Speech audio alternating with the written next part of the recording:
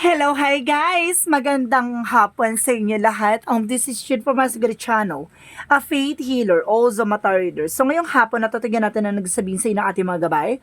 This is a monthly gabay for the month of December 2023 for the sign of Aries. So, Aries, welcome to my channel.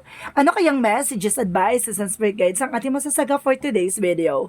Kano naman kayang energy or kaganapan sa buhay ng mga Aries signs ang ating masasagap? So guys, this reading is a general reading lamang, hindi lahat makaka-resonate.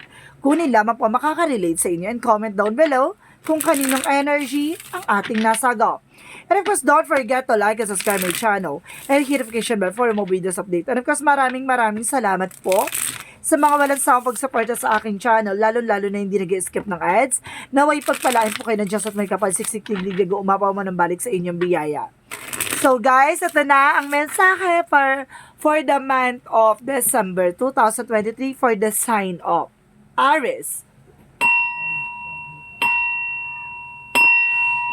Angel Spirit Messages, give me an information. Ano kaya ang magiging pasabog at bulabog na mensahe para sa mga kapatid nating Aries?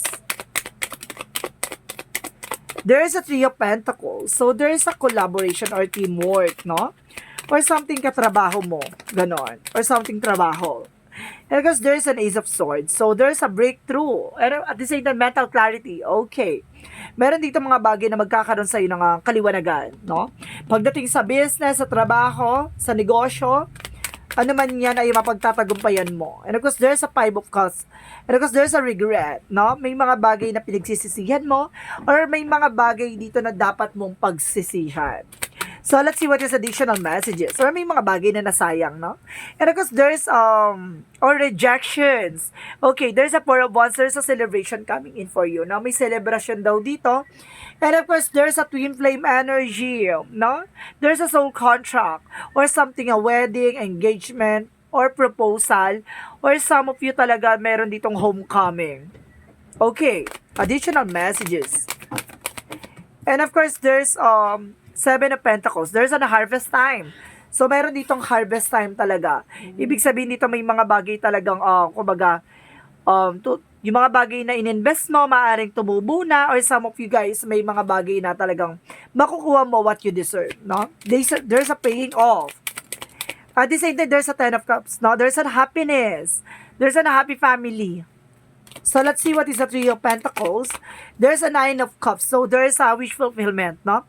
May mga bagay na matutupad na, no? Or suddenly meron dito about sa business or sa trabaho mo na pinapangarap mo or baka nga hinihingi mo for promotion. So, some of you talaga magkakaroon ng promotion.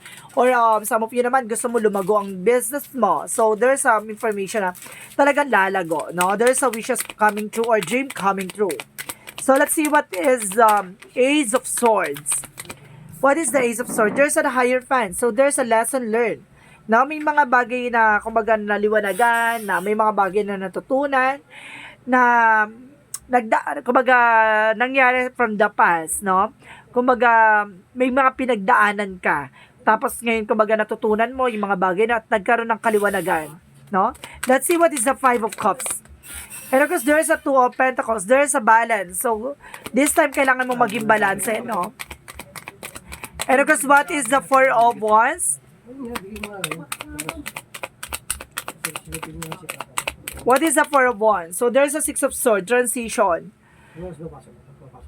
So, there's a transition para makakalis ka na sa situation dito, no? There's a celebration coming in for you. And there's a Lovers, no? Meron ditong about sa love life. And of course, para makukuha mo na yung mga bagay na inaantay mo. Let's see what is the Ten of Cups. What is the Ten of Cups? There's a justice. There's a good karma. And because there's a balance. Magiging balance daw to na magdadala sa ng happiness. And there's a Six of Pentacles. Kumbaga magiging balance. Kumbaga magtutuloy. There's a giving and receiving something by the universe. Kumbaga may mga bagay na magtutuloy-tuloy na about sa finances. Na magdadala sa ng kumbaga katuparan sa mga pangarap mo. So let's see what is the Ace of Swords and of course the Hierophant. What is the Ace of Swords at saka Hierophant? So, there's an Ace of Wands. Wow, a new beginning coming in for you. May bago simula daw dito. Kumbaga talaga natutunan mo to at nagkaroon ka talaga ng kaliwanagan. Parang bigla kang parang nag-sink in sa utak mo, ganito, ganyan, mga bagay na pinagdaanan mo. Kumbaga talagang nagbigay sa'yo talaga to ng na, kumbaga sakit at kirot ng mga bagay na nakaraan na. At talagang tumayo ka sa sarili mong paa at talagang natutunan mong lumaban, no? And of course, there's a Five of Cups, and of course, there's a Two of Pentacles. So, there's a Five of Wands. So, there's a conflict. So, ibig sabihin nito, ito yung nag-cause ng conflict, yung losses, no, or rejections, no? So, let's see what is the Four of Wands, and of course, the Six of Swords. Because there's a Queen of Wands, so there's a stability and control. Ibig sabihin, kailangan dito magkaroon ka ng confidence, alisin mo yung takot at pangamba mo sa mga bagay-bagay. Kumbaga, kaya mo dapat magkaroon ng transformation or transition sa sarili mo, no? Kumbaga, kailangan mong baguhin yung mga thoughts and of course, in knowledge mo or mindset mo, rather. So, let's see what is the Seven of Pentacles and the Lovers. At the same time, there's a Temperance, a perfect timing. So, there's a perfect timing. Kumbaga, darating yung araw na, kumbaga, yung hinantay mong tao, no, darating na. And of course, there's the Lovers and the Seven of Pentacles. Kumbaga, there's a harvest time na this is the divine timing and divine intervention. May mga paalala lang sa'yo na huwag mong sasayangin yung mga opportunity na ibinibigay sa'yo ng ating mga gabay, no? And there's an healing. Wow. Okay, there's an healing daw, no? Pagdating sa finances and love life. And of course, there's a King of Pentacles. There's a security about sa finances. So, ibig sabihin dito, magkakaroon ng security, healing, and love life. And of course, sinasabi dito, there's a wedding celebration, transition. Ito yung kailangan mong iwasan, no? Yung magpa-apekto sa mga tao sa paligid mo na nire-reject ka, yung mga thoughts and of course, ng idea mo, na doon ka madali kang naapektuhan. So, kailangan yun yun yung kailangan mo maging balanse, no? Yung magpa-apekto sa mga tao sa paligid mo. So, let's see what is the outcome. So, ang pinaka-outcome dito, guys, there's a Three of Wands. So, waiting for a result or waiting for a shift, no? May mga bagay na, kumbaga, kailangan mo antayin, no? Kasi may mga bagay darating yan in the perfect timing, kumbaga, sa tamang takdang panahon, parang ganon. And of course, there's a Four of Pentacles. So, there's a, okay, protectionan mo raw yung finances mo, protection mo yung grounds mo, even your territory, no? Protectionan mo daw. At the same time, there's a Queen of Swords. There's a bigger picture. So, titignan mo daw dito yung bigger picture of yourself. Okay, let's see what is additional messages.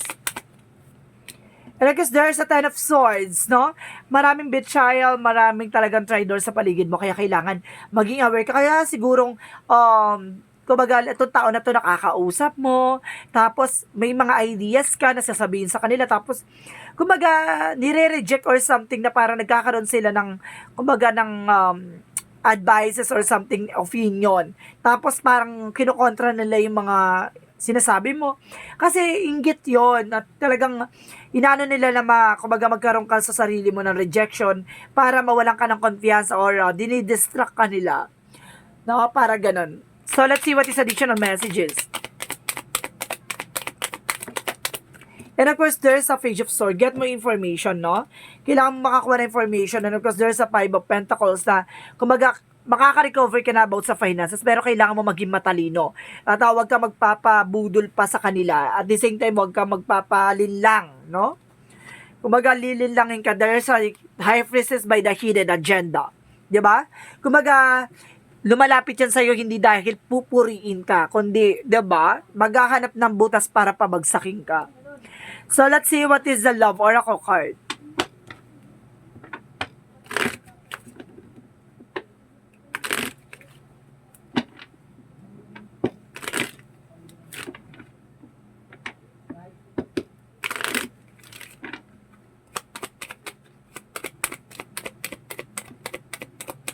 The Dragonfly. So, some of you guys, kumbaga, there's a changes na mangyayari and there's a healing. And I guess there's a love call. Some of you, kumbaga, there's a person na tatawag sa'yo or some of you, baka may makatanggap ka ng email or something date. Oh my God. May darating na taong love para sa'yo. There's a love, no?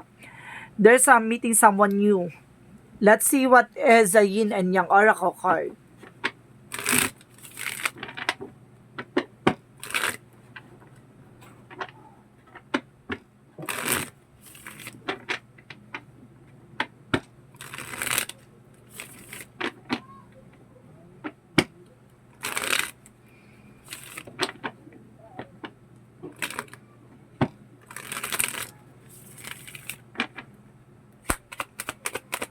Let's see what is the yin and yang oracle card.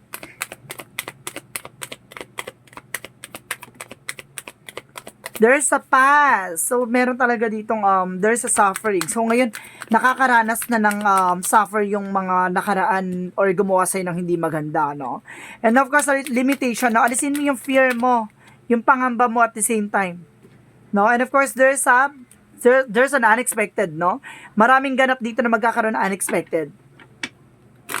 Alam nyo guys, ang ganda ng reading nyo kasi there's an healing, there's a perfect timing, there's an happiness, and there's a karma, no? Let's see what is the fairy messages for magical. Okay, there's an affirmation. So, sinasabi dito na to lift up your thoughts and energy to the attract what you desire. Use positive affirmation. So, kailangan always think positive, no? Ngayon, sinasabi na kumaga nire-reject nila, kumaga nagkakaroon ng against sa'yo at opinions kasi gusto nila magkaroon ka ng negative thoughts and negative attract ka nila ng with negativities, 'di ba? Or toxicities. So kailangan deadma ka lang sa kanila, no? Yung mga negatives na sinasabi nila, gawin mong motivations 'yan. No? Or something na kumbaga gawin mo siyang inspirations, diba? Na matupad mo yung mga bagay-bagay. So, let's see what is the Monsology.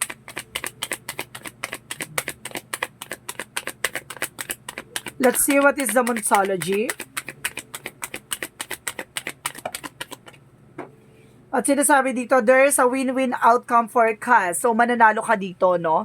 Ipapanalo mo tong laban na to kasi magdadala to ng balance. There's a Libra, full moon in Libra, and the Justice card is a Libra signs. So, meron talagang hustisya dito, no? Ang hustisya ay mamamayagpag. Parang ganon. Alam ko, sa balance is spiritual and practicality.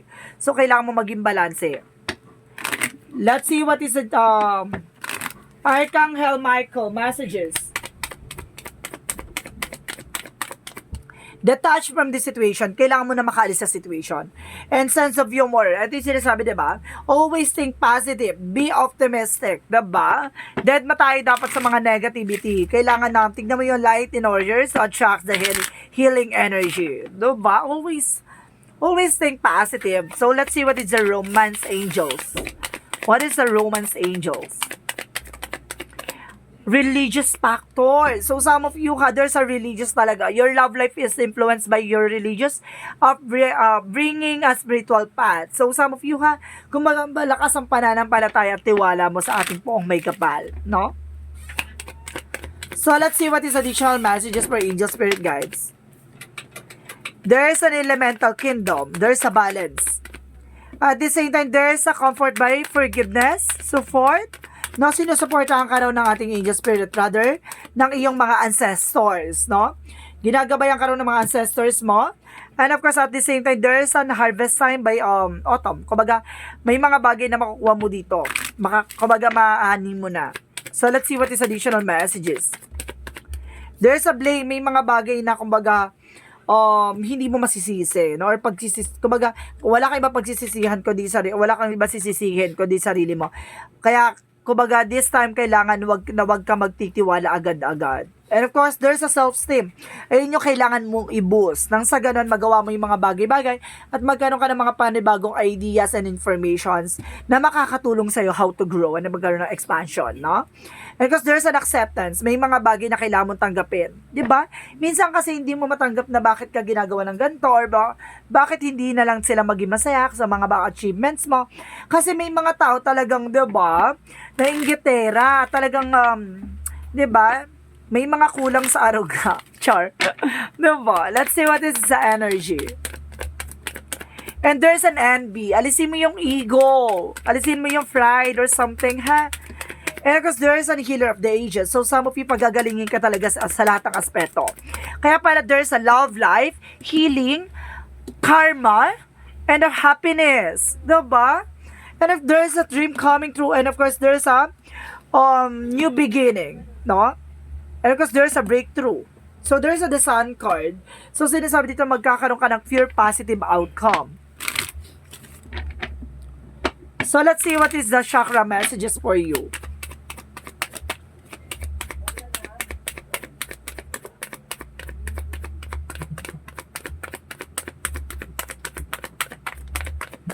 There's a guest. So some of you ha, kumbaga, meron dito kumbaga may mga bisita or some of you kaya kumbaga may mga kontrabida ganon, no? Maging aware. So let's see what is additional messages.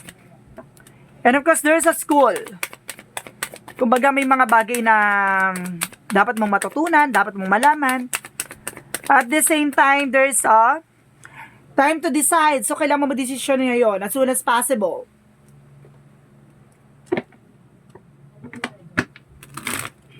Let's see what is additional messages. There's a wait. May mga bagay na kailangan mo antayin. May mga bagay na hindi pa para sa'yo.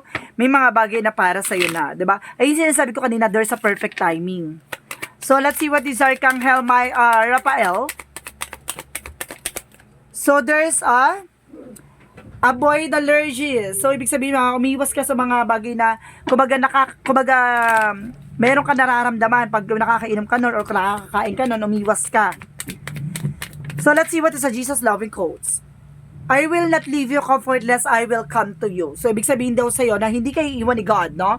Naluhaan or, kumbaga, na laging, nasasaktan. So, sinasabi sa'yo ni God dito na bibigyan ka niya ng instrumento para matulungan ka at para makabangon, no?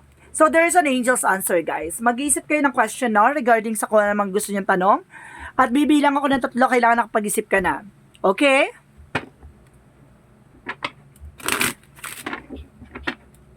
One, 2,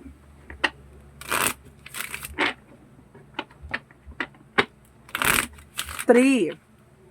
Angels answer, give me information.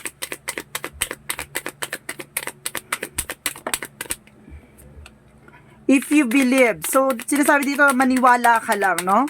May mga bagay na kailangan mong, kumbaga, ipagkatiwala. And of course, maniwala ka sa mga bagay-bagay na lahat ng mga imposible. There's a compromise, no? May mga pagkakasundo or something na balance. At meron talaga ditong contracts, no? Or some of you, there's a soul contract. Talagang meron kayong, kumbaga, meron kayong kontrata ng iyong, kumbaga, with your person. Kumbaga, ganon. Or some of you, kasal kayo, or ganon. So, let's see what is the angel's answer. Or may mga bagay daw dito na, kumbaga kung ano yung hinihingi mo, no? Kailangan mo ng contract or kailangan mo ng compromise. And of course, na may mga bagay na kailangan mo tuparin, no? Kapag kumbaga ipinagkaloob sa'yo ng ating gabay yon, kumbaga meron kang dapat gawin, no? And of course, there's a 0 by I am limitless. So, sinasabi dito, there is no beginning and there's no end. All is infinite. It is the time to develop on your spiritual side. You are gaining new sights and understanding of both godly and earthly things. So, ibig sabihin dito, kumaga, hindi limitado sa isa lahat ng bagay, no? Walang katapusan at walang simula. Bagkos lahat ay equal, no? Sinasabi sa'yo dito, infinite, no? Kumaga, kailangan mo lang talaga i-develop your spiritual side nang sa ganun para matutunan mo yung mga bagay-bagay about sa spirituality. At para ma-protection at mapangalagaan mo yung sarili mo. Kasi there's a spiritual talaga na may hustisya para sa'yo. So, let's see what is the messages of life. And of course, there's a trusting. See, if you believe and trust. No? Sinasabi dito, today I trust in God no matter what happened as my day unfold. I remember to remain in harmony. I will maintain my sense of humor. And I will keep my focus on God, love for me. In this way, I will minimize drama and increase my inner spiritual strength. See? Kumbaga, deadma ka na sa mga drama, deadma ka na sa mga thoughts and ideas and of course, opinion ng mga tao sa paligid mo. Kumbaga, pinapasok or sinisingin mo sa isip mo na ba't ako magpapa-apekto sa inyo? Hindi naman kayo nagpapakain sa akin. Parang gano'n. Parang nagkakaroon ka ng gano'ng idea. Or some of you. Kumbaga, okay, opinion mo yan. Parang nagkakaroon ka ng gano'n na parang pinaglalaban mo na yung sarili mo. Na hindi ka na nagpapa-apekto at hindi ka na, kumbaga hindi ka na nasisiraan nila sa mga ganong eksena, 'di ba? Kumbaga ikaw na may hawak ng decision mo. Ganon. So, this is a monthly gabay for the month of December 2023 for the sign of Aries. This reading is a general reading lamang, hindi lahat makaka-resonate. Kunin lamang pa makaka-relate sa inyo and comment down below kung kaninong energy ang ating nasagap. Maraming salamat po sa mga walang sawang pagsuporta sa aking channel. Lalong-lalo na hindi nag-skip ng ads. Naway pagpalain po kayo ng Diyos at may kapal, siksik-liglig nag-uumapaw ang manambalik sa inyo. Maraming salamat and see you in the next video. Bye-bye and babush.